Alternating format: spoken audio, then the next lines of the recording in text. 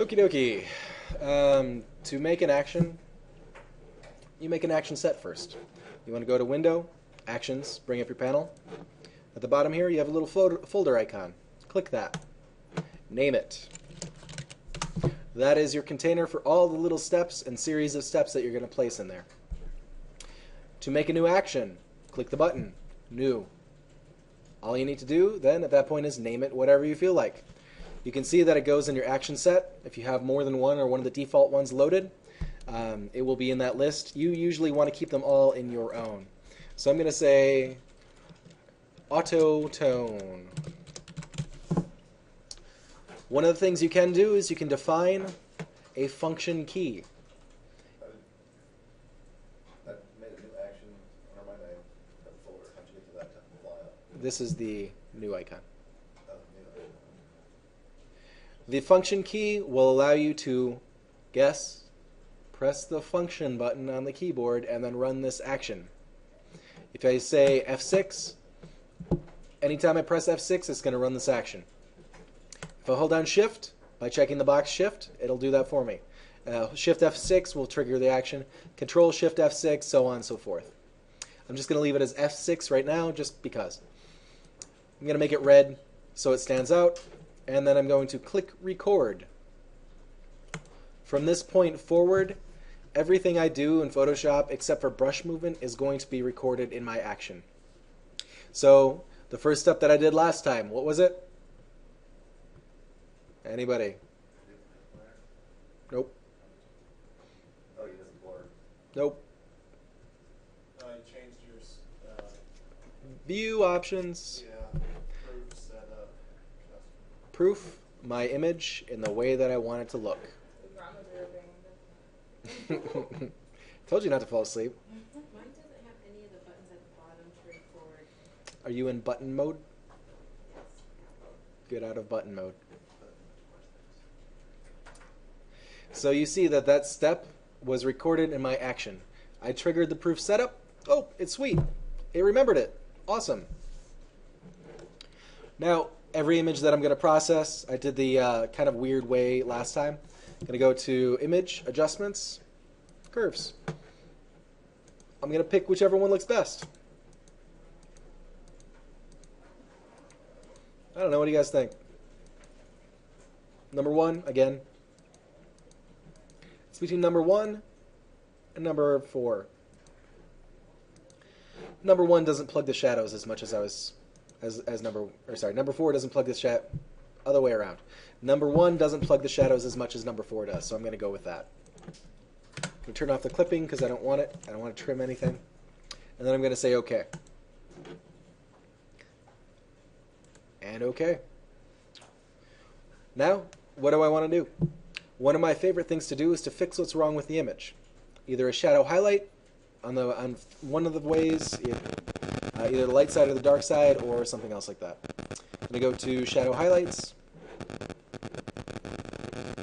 Not going to do anything in the dark, but I'm going to do a little bit in the light. Leave it at about 100 pixels, about 17%. What that does is it brings back your chin so that I have more detail in it. And I'm okay with that. Again, I want to turn the clipping off. I'm going to save this as default so I don't have to plug this again. I'm going to say OK. What do I do next?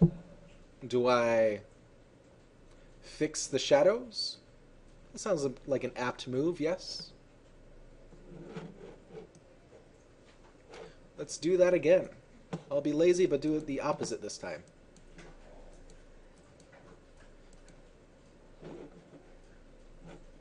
Good enough for me. I've got 2 shadow highlight layers here. After that, what do I want to do?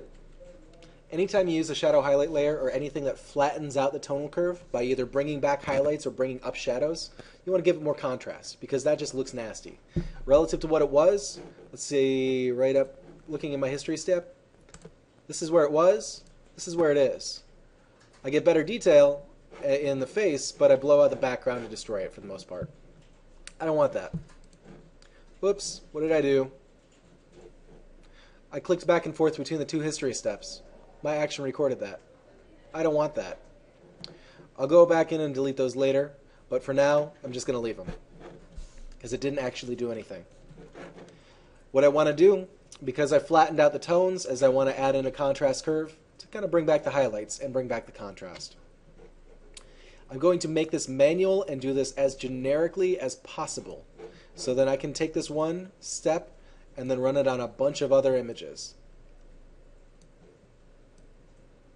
Something really subtle like that brings up the highlights, brings up the white points, and also adds a hair of contrast in there. Could even do this if I wanted to. So looking at it without the preview, with the preview. Big difference. Better than it was, but getting there. Gonna say okay to that. Now what? Am I done? Yes? No? What do I do next?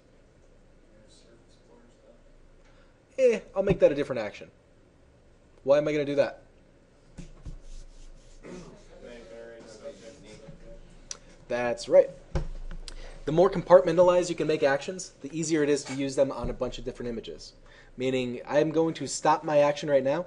Just click stop. And then if I wanted to delete things or move them around, like this history state that I accidentally had, I can drag it around to adjust the positioning if I wanted to, but I just don't want them in there anymore. So I'm going to click and drag it down to the trash can. Just throw them both away. Easy. This is where it was. This is where it is. Was, is. And this will run on any other image that I open. So let's try it out. Where is it? Desktop. Portrait samples. No. If anybody else hates docked windows as much as I do, you can turn that off in your preferences. Under Interface, Open Documents as tabs.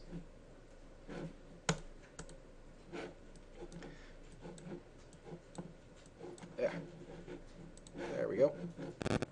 So for example, this image. A little bit darker. What am I going to do? Go to my action, play it. Sweet, I can press F6. And it does all that for me. Lightens it up, brings out some wrinkling in the background, but for the most part, this is where I started, this is where I ended. She's a little bit green, but that might be an offshoot of either one of the steps or the lighting. Overall, improved just by the click of a button. That's what an action does when built properly. I'm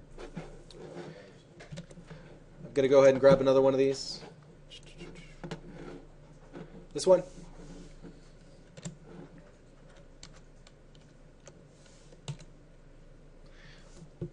F6. Did that do a whole bunch of what I wanted it to do? This is where it was. This is where it is. Was, is. Thoughts? Too bright? It's a little glitchy.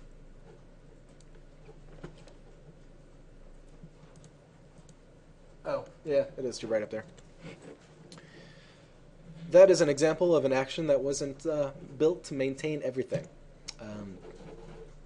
What I can do, though, in my action, I'm just going to go back to the very first step and then check a couple boxes here.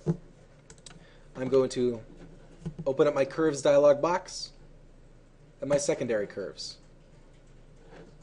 So what it's going to do, if I check all of these boxes except for that first one, when I play my action, it will prompt me with the settings that I had initially. So if I wanted to choose a better algorithm, I could. One that doesn't add so much random green in there. And then just say OK. If I wanted to adjust how much of the highlights is tweaking, I can do that. And you'll note that I'm saving time by not going back in and manually adjusting everything.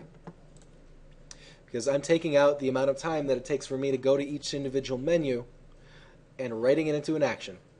Really easy, really quick. Blew out the highlights a little bit. You can see the detail is lost in our earring somewhat. So I can just tweak that and bring this back just a hair here. And then say OK. And then your action is done. Easy as that. Now you try. Do something similar. I only had 1, 2, 3, 4, 5 steps in this. Try to do something that will improve an image, enhance the contrast, improve the shadows, improve the highlights, without actually going too far, and also allows you to edit the menus when you're working through it.